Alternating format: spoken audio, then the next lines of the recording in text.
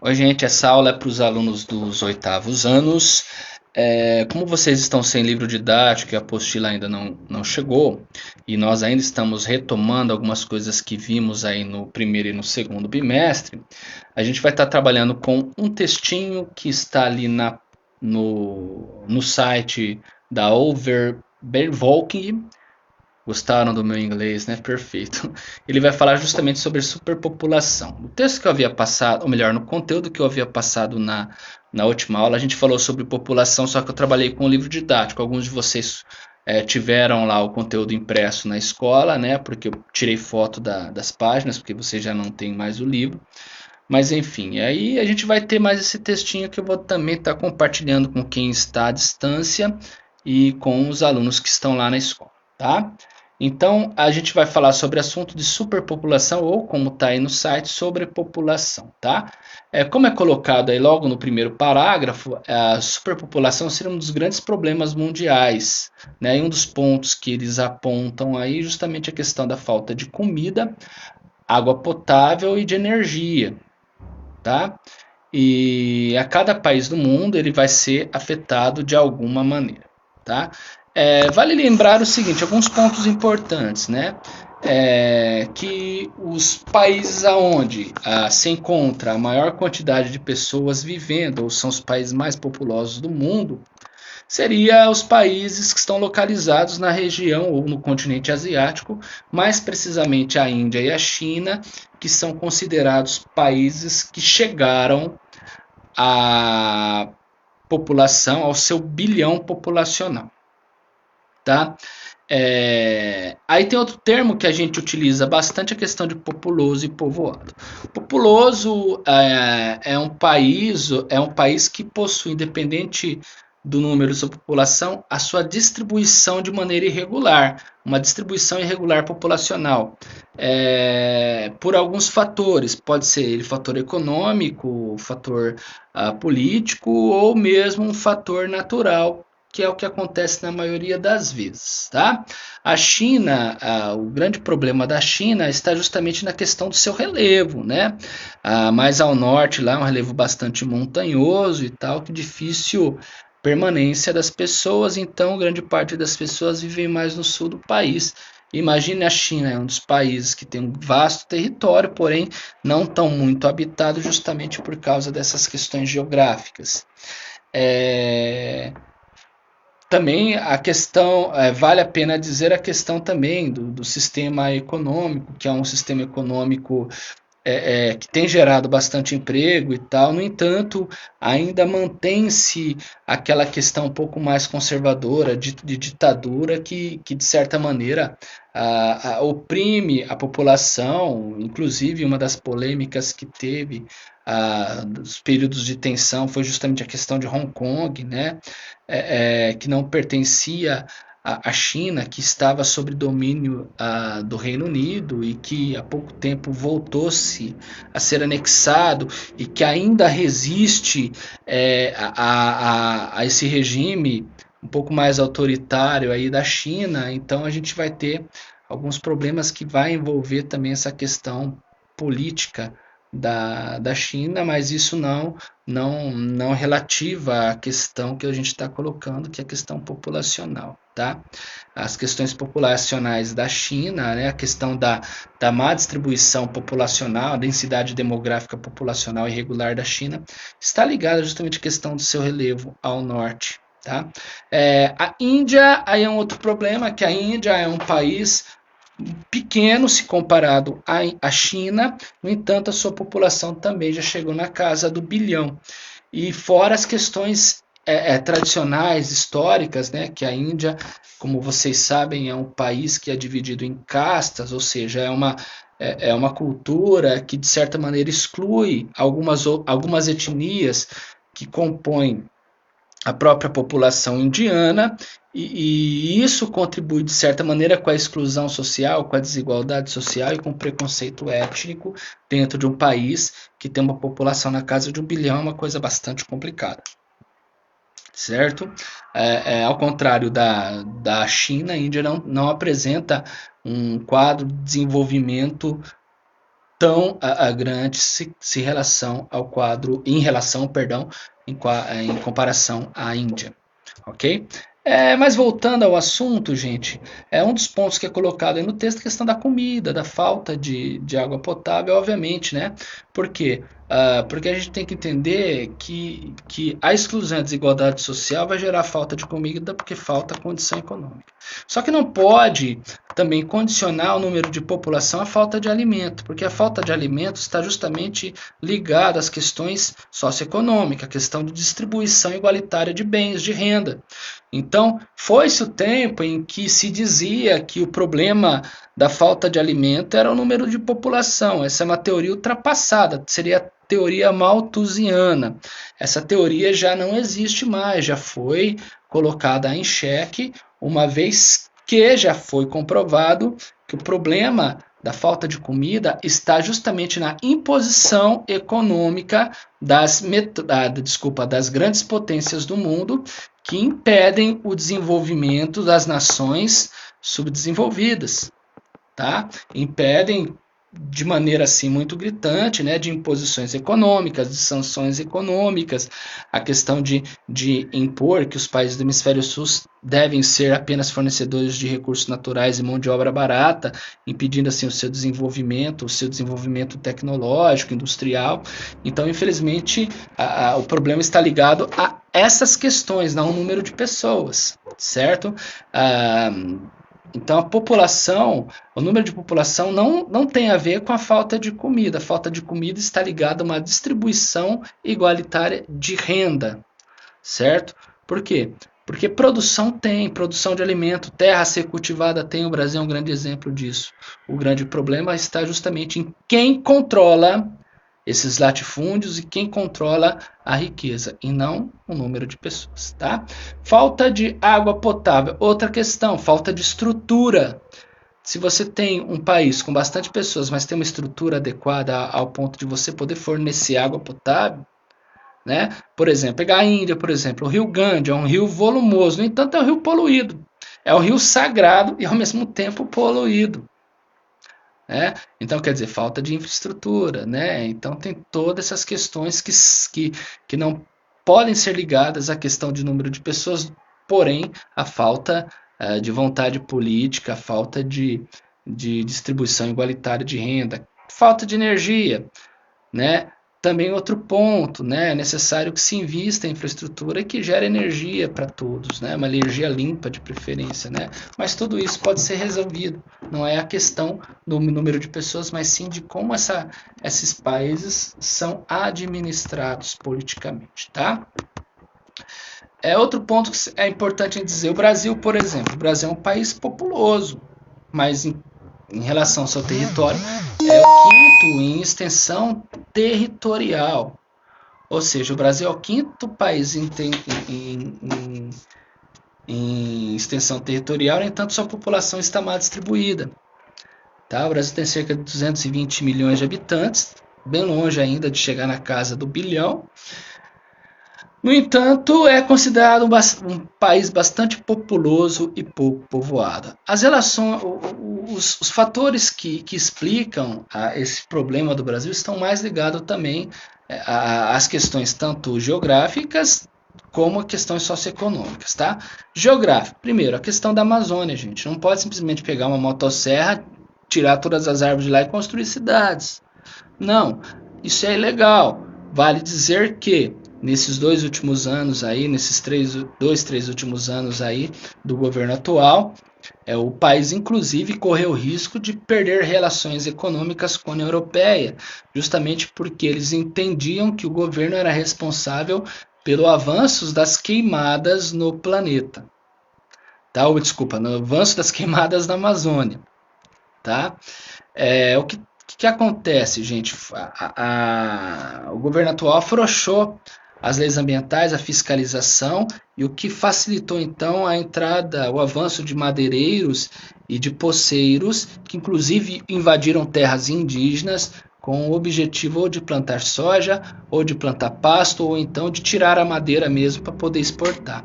Inclusive o ministro que foi demitido Ricardo Salles está respondendo o processo por cooperar com esse tipo de coisa, né? E foi ele, é o famoso cara da passar a boiada naquela reunião tão polêmica ministerial realizada aí no país no ano retrasado, tá? Ou no ano passado, melhor dizer. Tá, eu estou olhando aqui porque o site que eu estou aqui, que é o site que eu falei para vocês, ele está contabilizando aqui o número de pessoas, o quanto que as pessoas estão crescendo no mundo, né? Aqui, por exemplo, está na casa de 1 bilhão 801 mil 700, desculpa, tá 7 bilhões 801 milhão 701 mil e 110, 112, 113, 114 crianças nascendo agora, né? Então, quer dizer, o número é em tempo real. Repare o seguinte, nasce e cresce a população aí em questões aí, enquanto eu estou falando, está aumentando a população. Só enquanto eu falei aqui, já nasceram 30 crianças, para vocês verem como a coisa é dinâmica, tá, gente? É legal esse site, vale a pena vocês entrarem, tá? Outro ponto, voltando para o Brasil, outro ponto interessante do Brasil, porque o Brasil, além desse fator geográfico, tem um fator histórico, né? Que o Brasil, historicamente, ele sofreu uma colonização de exploração, como a gente está falando para vocês, e essa colonização de exploração consistia em desenvolver os portos, as regiões que eram banhadas pelo oceano, porque seriam os locais onde os bens seriam embarcados, né? A riqueza do país do interior era embarcada. Então, naquele porto tinha que ter restaurante, tinha que ter local para as pessoas dormir, para as pessoas tomar banho, descansar. E aí, então, as pessoas que estavam colonizando o Brasil optavam em ficar nessas regiões mais que estavam recebendo uma certa estrutura, enquanto o interior do país não. Tá? Então, com o passar dos anos, essas regiões a região litorânea do Brasil começou a ter mais população que o interior. São Paulo vai ter o seu aumento populacional muito por causa do café, porque vai ter a chegada da estrada de ferro, que vai inclusive impulsionar as pessoas para o interior do estado, sobretudo imigrantes italianos e japoneses. E aí a estrada de ferro vai contribuir com o surgimento e crescimento de cidades, e Minas Gerais também, justamente por causa da corrida do ouro, né, dos metais preciosos, além disso, né, a questão histórica que Minas Gerais tem ali, sobretudo o Triângulo Mineiro. Tá? Estados Unidos não, Estados Unidos é um território vasto, bem distribuído, população bem distribuída, uma população grande, mas bem distribuída, com exceção, obviamente, do Alasca, que vive poucas pessoas, e no Havaí, por ser uma ilha. No entanto, o território, de maneira geral, é um território vasto, mas bem povoado. O Brasil é pouco povoado e muito populoso. Os Estados Unidos já é bem povoado, tá certo? Legal, ao contrário da China e da Índia. Tudo bem? Então, voltando no texto, em parte, graças à importação de bens estrangeiros, qualquer país é capaz de manter sua própria segurança social. Mas isto não pode passar de uma forma ilimitada do fato de o número de habitantes estar a crescer em cada país. Quer dizer, nós estamos falando de crescimento populacional onde as pessoas, os países temem o crescimento desordenado, justamente por temer essa questão de distribuição de bens e de renda, tá? Outro ponto que eles temem é a questão do fato, de acordo com o texto, a população mundial ameaça crescer nas próximas décadas cerca de 8 a 10 bilhões. A gente está em 7 bilhões aí, não está muito longe, né?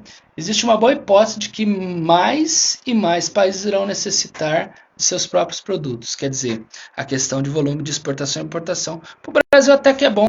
O Brasil é um país que produz tudo. O Brasil produz alimento. O Brasil é um país que tem um solo fértil, um clima favorável, né? Um território vasto para plantar, para cultivar diversas culturas, enfim. O problema do Brasil está justamente na questão política e econômica, né? Infelizmente, o atual governo aí colocou o Brasil em posição de submissão ao mercado e os latifúndios, nossos latifúndios, né? Infelizmente, o Brasil é um país formado de latifúndio. Que seria um latifúndio? Seriam grandes propriedades nas mãos de apenas um dono, e isso, de certa forma, tornou-se o Brasil bastante atrativo para o mercado. Então, o Brasil, ao invés de produzir alimento, distribuir esse alimento, comercializar esse alimento dentro do país, o Brasil atende às necessidades do mercado. Então, se o mercado exige que o Brasil produza soja, o Brasil vai produzir só soja. Se o mercado exige que o Brasil produza apenas etanol, o Brasil vai produzir apenas etanol. Então, o solo que poderia estar sendo utilizado para plantar comida, está sendo para plantar o que o mercado quer. E o grande entrave nisso tudo é que a produção do nosso campo não fica no Brasil, mas vai para fora. Aí, com a desvalorização da nossa moeda, muito por causa da política econômica do atual governo, nós exportamos um produto 5 vezes mais barato e somos obrigados a importar o que não estamos produzindo a um valor 5 vezes mais caro. E isso ajuda a explicar a questão da inflação. Tá? E grande parte dos nossos produtos, dos alimentos que vocês têm em casa, gente, é de agricultura familiar, é do cara que tem um sítio, uma chácara, ele vende esse produto para o mercado e o mercado comercializa. Tá? A agricultura familiar e que, infelizmente, esses latifundiários têm acabado com a agricultura familiar, ou seja, têm acabado com a nossa alimentação. E o que contraria a Constituição brasileira, que diz que a terra, antes de mais nada, deve cumprir um papel social e não econômico. Aí volto a dizer aquilo que eu falei no início, de que o problema não é o número de habitantes, mas sim a imposição econômica, a distribuição de renda. Tá? Voltando, no terceiro parágrafo, diz o seguinte: o nosso planeta poderá proporcionar uma qualidade de vida a que se desfruta a União Europeia, e não mais do que 2 milhões de pessoas.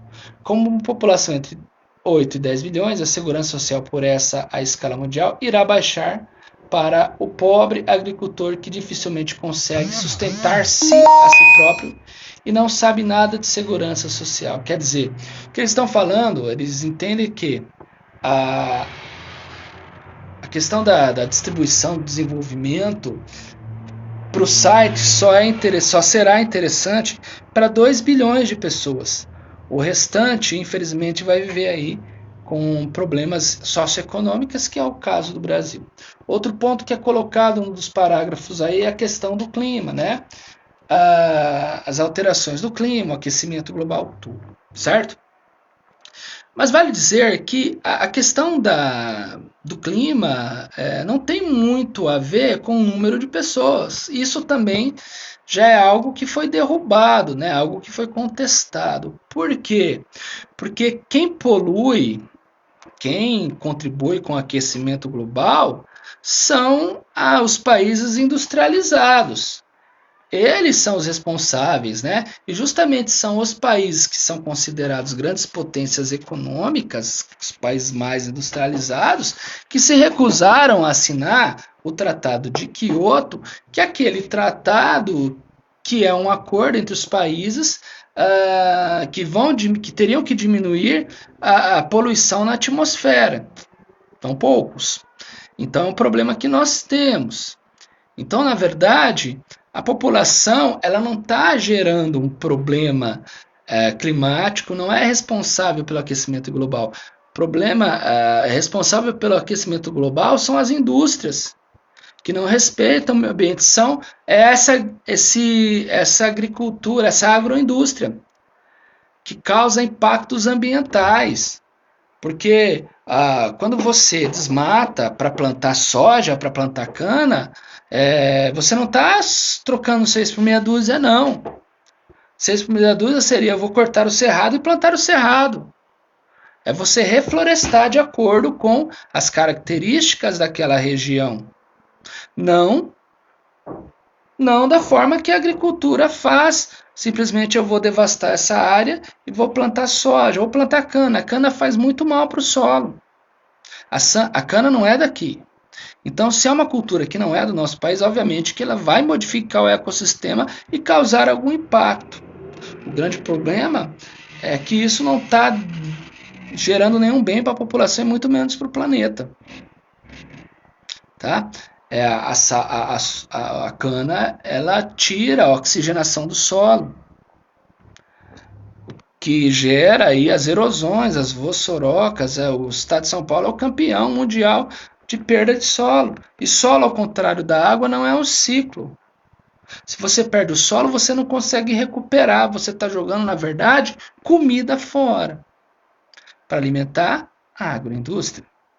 Então, o problema não é o número de pessoas, o problema é economia, socioeconomia, né, digamos assim. A questão da política econômica implantada no mundo, de certa maneira, de maneira geral. Né?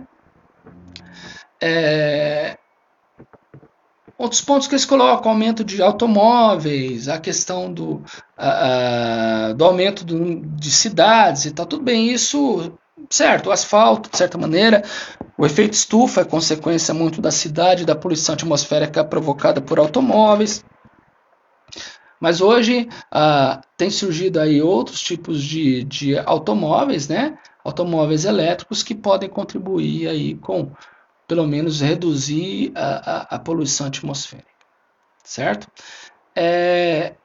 Uma solução que eles colocam, né, seria a questão de você agregar a igualdade social, buscar uma certa igualdade, uma política social igualitária. Isso sim seria importante. Por quê? Porque aí você vai estar falando de distribuição de renda, desenvolver áreas em diferentes lugares. Não como o Brasil, um país superpopuloso, não. Vamos distribuir de maneira igualitária, beleza. Vamos lá para Cuiabá, por exemplo. O que Cuiabá tem? Então vamos lá levar ampliar o comércio, ampliar alguma coisa, para quê? Para atrair as pessoas para morar naquele lugar. O Brasil de 2006 até 2011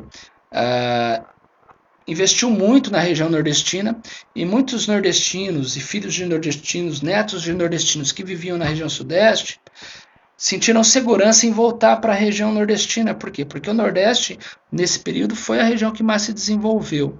Então essas pessoas estavam voltando para o Nordeste e o Nordeste começou a se desenvolver novamente. Então é uma política econômica desenvolvimentista.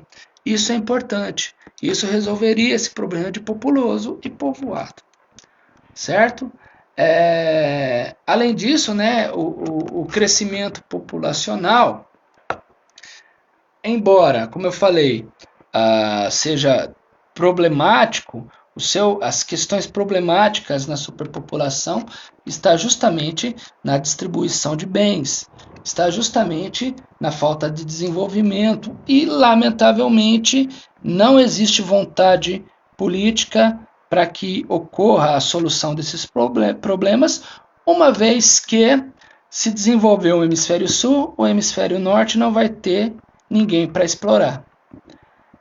E aí, então, a gente volta ao retrocesso da lei malthusiana, que coloca como principal culpado da falta de alimento o número de população, quando, na verdade, como eu falei a aula toda, não é o número de pessoas responsável pelos problemas da falta de alimento, mas sim a distribuição igualitária de renda, mas sim a distribuição justa das terras. Precisamos de reforma agrária, precisamos usar a terra para produzir alimento, né? Então, precisamos de uma educação ambiental, preservar o meio ambiente. É dessa forma que resolve esses problemas. Não está ligado ao número de população. Os números mostram que a população no mundo está crescendo agora em marcha lenta. Existe uma questão assim, que a população do Brasil atualmente encontra-se em fase de estagnação. Não está crescendo como crescia antes. Tá? Então, isso mostra que pode ser que cheguemos aí a alguns anos a 10 bilhões de habitantes no mundo. Sim, mas se ocorrer uma política de distribuição igualitária de renda, os problemas que enfrentamos hoje não existirão. Fechou? Gente, faça as atividades que eu enviei aí no documento e não esqueçam de estudar bastante sobre essa questão populacional, tá? Um abraço.